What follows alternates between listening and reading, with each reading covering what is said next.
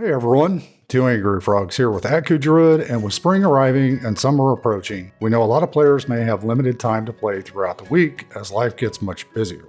So if we only have a couple of hours available, what should we be doing to gear up our characters in Season 4 so we are prepared when the War Within launches? That is precisely what we are going to show you in this video. But before we begin, make sure to hit the like button and subscribe to the channel so you always know what we're up to next. And don't forget to join for custom emotes, badges, and more. Now, let's get into it. So Aku Druid sat most of Season 3 and is at a really low 441 item level. He has no flight stones or awakened crests.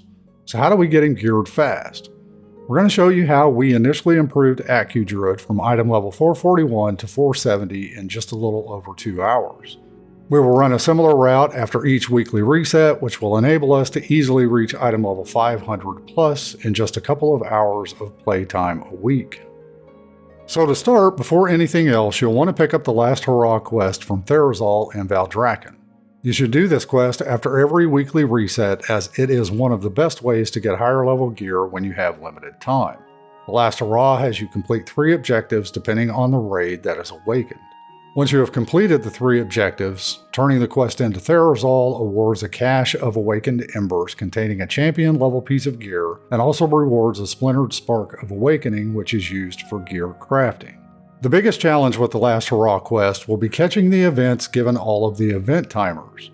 We've made a handy table to show how often events occur, when they are up, and what rewards you can expect from the events to help you maximize your time.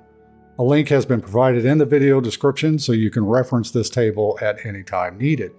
Note that the events that are part of the Last Hurrah quest are considered awakened and reward higher item level gear than those that are not part of the quest. For those events that are part of the Last Hurrah quest, you will get a cache that rewards veteran level gear. For weekly events not part of the Last Hurrah quest, you'll receive Explorer or Adventurer item level gear. So the first thing to check is when the events for the Last Hurrah will be active. If one of those events is coming up, definitely do that first for the time efficiency. First, we will cover the timed events, which include Researchers Under Fire, Time Rifts, Community Feast, Siege on Dragonbane Keep, and Super Balloons. For Researchers Under Fire, it's completed by simply being at the location in Zerlet Cavern. The event starts every hour at the half-hour mark, and when started, it will pop up tasks that need to be completed. All of the tasks must be completed within the time limit to receive the final rewards, but as with all current events, there are plenty of players running these the majority of the time. At the end of the event, you are tasked with defeating the final boss, Captain Raycall. Once the boss is defeated, looting the boss rewards an Indebted Researcher's Gift, which contains an Explorer Track piece of gear and a cache of embers, containing a veteran level piece of gear. Time Rifts are always at Tierhold Reservoir in Thaldraszus. Before the time rift starts, talk to Sword Dormy to accept the quest when time needs mending. It's important to note that all of your characters can participate in time rifts each week, but only one can complete the quest. For some odd reason, this quest continues to be account bound. Talk to Sword Dormy when you see that the event begins. The time rifts will have 2 phases. In the first phase, you'll be given tasks to complete, and you can find where these are on your map to see the area associated with that particular task. In phase 2, you'll enter the portal in the center of the time rift area to defeat the boss that spawns. Once the boss is defeated, you'll be rewarded with a dilated Eon canister and a cache of embers. The cache of embers contains a veteran level piece of gear that is upgradable to 502. You'll talk to She Everbreeze to exchange the dilated Eon canister for your choice of gear, which is upgradable to 489.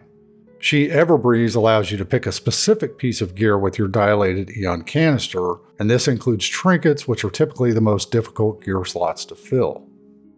The Community Feast takes place in Ascara in the Azure Span. For this, you will simply need to stand near the cooking pot and wait for Big Canuck to give you orders. Pick up the Community Feast quest from Pleaky next to the cooking pot, which has you complete 5 tasks and awards a supply-laden soup pot.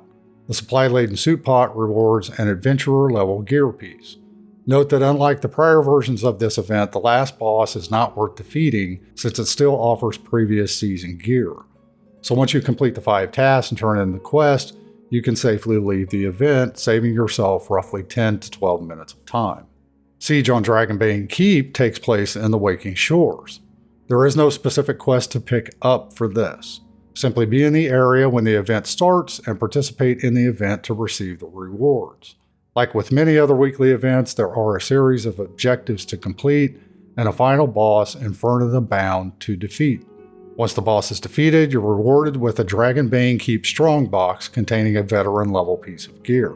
For Super Blooms, before starting the event, talk to Clarel and accept the quest, the Super Bloom.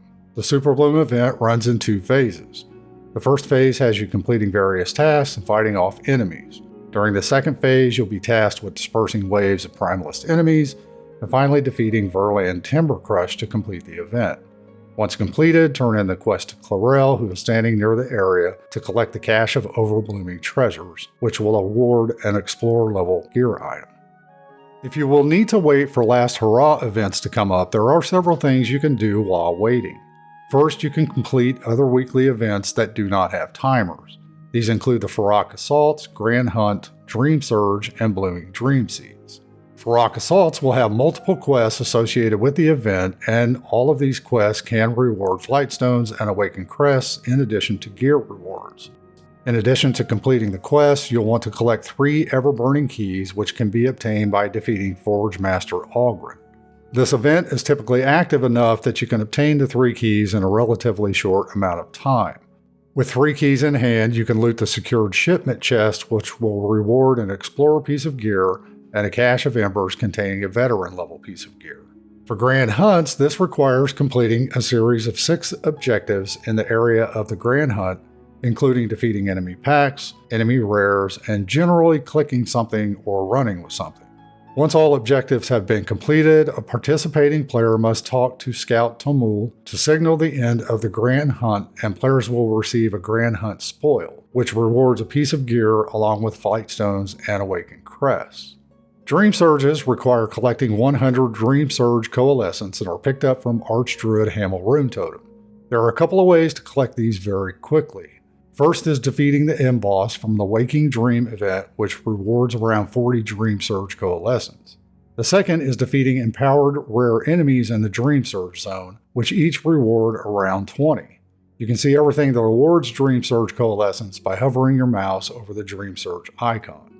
Completing this event awards a Dream Surge Cradle, which allows you to choose the gear reward to fill in any gear slots that are lacking an item level.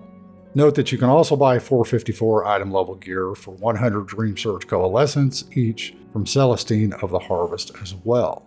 Blooming Dream Seeds is picked up in the Emerald Dream Central Encampment from Talissa Whisperbloom. This requires planting 5 Dream Seeds across the Emerald Dream at Emerald Bounty planting areas. These are marked on your map with a small green seed icon once you get close enough to them. You can plant seeds by either finding unplanted Emerald Bounty locations or contributing Emerald Dewdrops to already planted seeds. Turning in the Blooming Dream Seeds quest rewards a harvested Dream Seed cache that rewards a random piece of gear. The item level, as we talked about before, depends on if Blooming Dream Seeds is part of the last hurrah quest or not. Note that if you have plenty of Dragon Isle supplies, you can buy additional seeds for Moon Priestess Lysara in the Emerald Dream Central Encampment. The second thing you can do while waiting is defeat the world boss for the week. The world boss to defeat depends on what is awakened for the week. You'll want to make sure and defeat the world boss every week, and defeating the world boss will reward a cache of embers that contains veteran level gear. There is also a chance for a random drop of 499 item level gear when you kill the world boss. Finally, while waiting, you can check for any world quests that reward gear. You will find new world quests twice a week, once after the Tuesday weekly reset at 11 a.m. Eastern Standard and on Friday nights at 11 p.m. Eastern Standard. World quests award Explorer level gear and are a very quick way to upgrade as long as the gear still provides benefit. If, like Aku Druid, you're starting under item level 463, your first goal is to get to 463 so you can queue for LFR, since as of now, defeating raid bosses is the only way to get antique bronze bullions for awakened gear. When you're ready to jump into the LFR queue, it's best to select from the first 2 LFR wings since those are the easier bosses. The final two wings of each LFR raid have more complex boss mechanics, and depending on the group's knowledge, you could be dealing with a group wiping and losing valuable time.